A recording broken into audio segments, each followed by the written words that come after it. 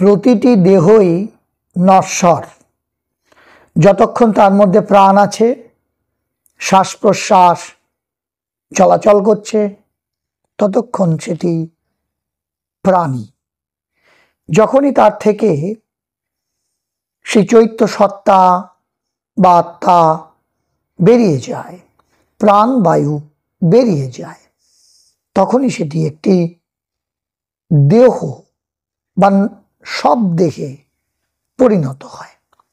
সেই জন্যই বলা হয় দেহ মাত্রেই নশ্বর। আর এটি তো চিরকালীন একটি সত্য যে যার জন্ম আছে তার মৃত্যু আছে। জন্মের সঙ্গে সঙ্গে শুরু আমাদের চলা, যার শেষ মৃত্যুতে।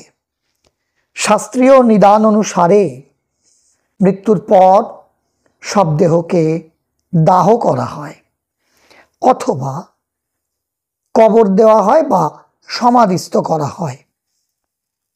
আবার শাস্ত্রীয় ক্ষেত্রে জল সমাধির কথাও জানতে পারা যায়।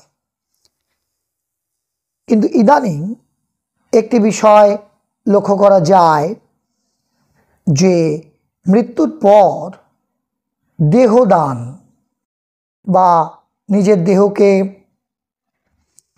দান করে দেওয়া, অর্থাৎ তার কোনো অগ্নি সংস্কার না করে বা কবরস্থ তাকে না করে বিশেষ উদ্দেশ্যে সে দেহকে দান করা হয় চিকিৎসা পদ্ধতির জন্য ইত্যাদি কাজে।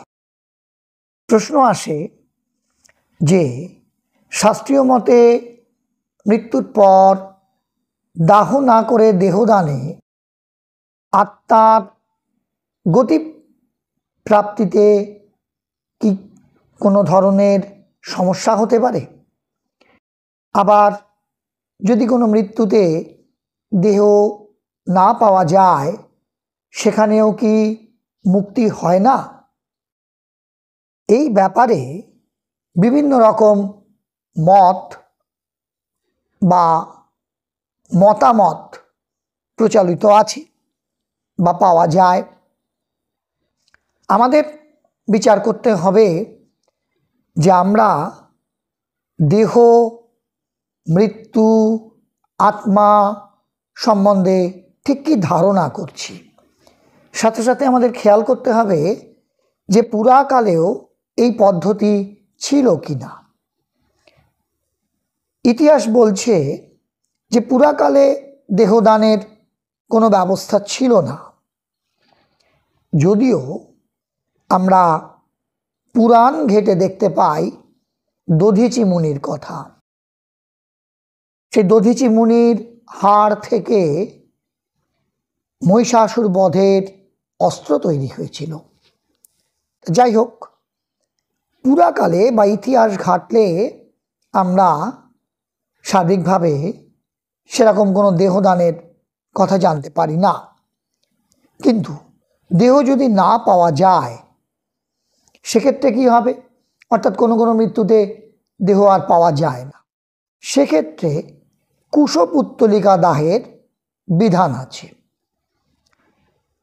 তবে খেয়াল রাখতে হবে যে দেহের সাথে আত্মার কিন্তু কোনো রকম সম্পর্ক থাকে ততক্ষণই যতক্ষণ দেহে প্রাণ থাকে। দেহ থেকে প্রাণের নির্গমন হয়ে গেলেই আত্মার সঙ্গে আর তার কোনো সংযোগ থাকে না। তাহলে বাকি অংশটা পড়ে থাকে মায়া। এই মায়াও চলে যায় দেহটিকে ভস্মীভূত করার পর বা কবরস্থ করার পর। আমরা যদি ব্যাপারটাকে আরো সহজ করে ভাবি, তাহলে কি পাবো? এই ব্রহ্মাণ্ডে ভর আর শক্তি এই দুটোই জন্মায়ও না, মরেও না, বিজ্ঞান তাই বলে। শুধুই অবস্থার পরিবর্তন হয়। একজন মানুষ ভর আর শক্তির সমন্বয়ে গঠিত। মৃত বলতে একটি ভরকে শুধুই ভর হিসাবে ধরা হচ্ছে, সেখানে শক্তির কোনো প্রভাব নেই। শক্তি প্রকৃতির অন্য শক্তিতে রূপান্তরিত হয়েছে। আর সেক্ষেত্রে কিবা সমাধি, কিবা দাহ, শরীর সেই পঞ্চভূতে মানে মাটি, জল, তাপ, বায়ু আর আকাশেই পরিবর্তিত হয়ে যায়। সেই পঞ্চভূতি বহু নতুন জন্ম তৈরি করে, যেটাকে বলা হয় 84 লক্ষ যোনি। আবার এইভাবেই দেহ পঞ্চভূতেই মিশে যায়। তাহলে ব্যাপারটা গিয়ে দাঁড়ালো ঠিক এই রকম। যেমন আরও একটু যদি আমরা ব্যাখ্যা করি তাহলে বলবো যে আত্মা যখন দেহ ছেড়ে দেয় তখন সেই দেহের উপরে আত্মার আর কোনো অধিকার থাকে না। সেই দেহ আপনি দান করেন অথবা দাহ করেন অথবা শকুন দিয়ে খাওয়ানো হোক, এতে আত্মার কিছুই যায় আসবে না। আত্মা মৃত্যুর পর সাথে করে নিয়ে যায় তার কর্মফল, আর সেই হিসাবেই তার পরবর্তী জন্মলাভ হয়। তাহলে আমাদের খেয়াল করতে হবে এক্ষেত্রে জন্মের জন্য প্রারব্ধ কর্ম ব্যাপারটা।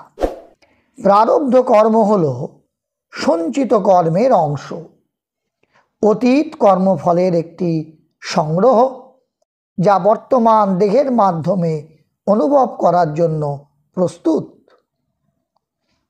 তাহলে প্রারব্ধ যদি অতীত কর্মের সেই অংশই হয় যা বর্তমান জন্মের জন্য দায়ী, তাহলে দেহ নাশ হলে অর্থাৎ প্রাণবায়ু দেহ থেকে বেরিয়ে গেলে সেটিকে দানই করা হোক অথবা দাহ করা হোক অথবা সমাধিস্থ করা হোক, তাতে কিছুই যায় আসে না।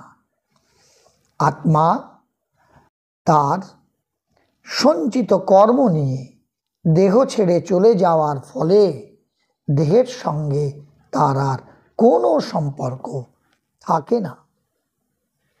আবার সেই আত্মা অর্থাৎ জীবাত্মা পরের জন্ম নেওয়ার জন্য ধীরে ধীরে প্রস্তুতি নিতে থাকে।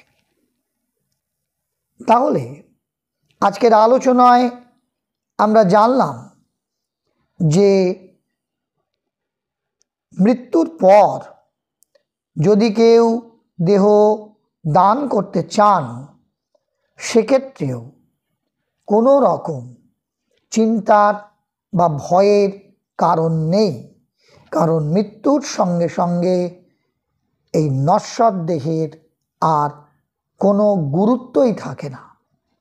অর্থাৎ মৃত্যুর পর দেহকে যদি কেটেও ফেলা হয়, টুকরো করে ফেলা হয়, তাকে যদি নাও পাওয়া যায়, তাতেও কোনো জীবাত্মার পরম গতি পাওয়ার ক্ষেত্রে কোনো অন্তরায় উপস্থিত হয় না।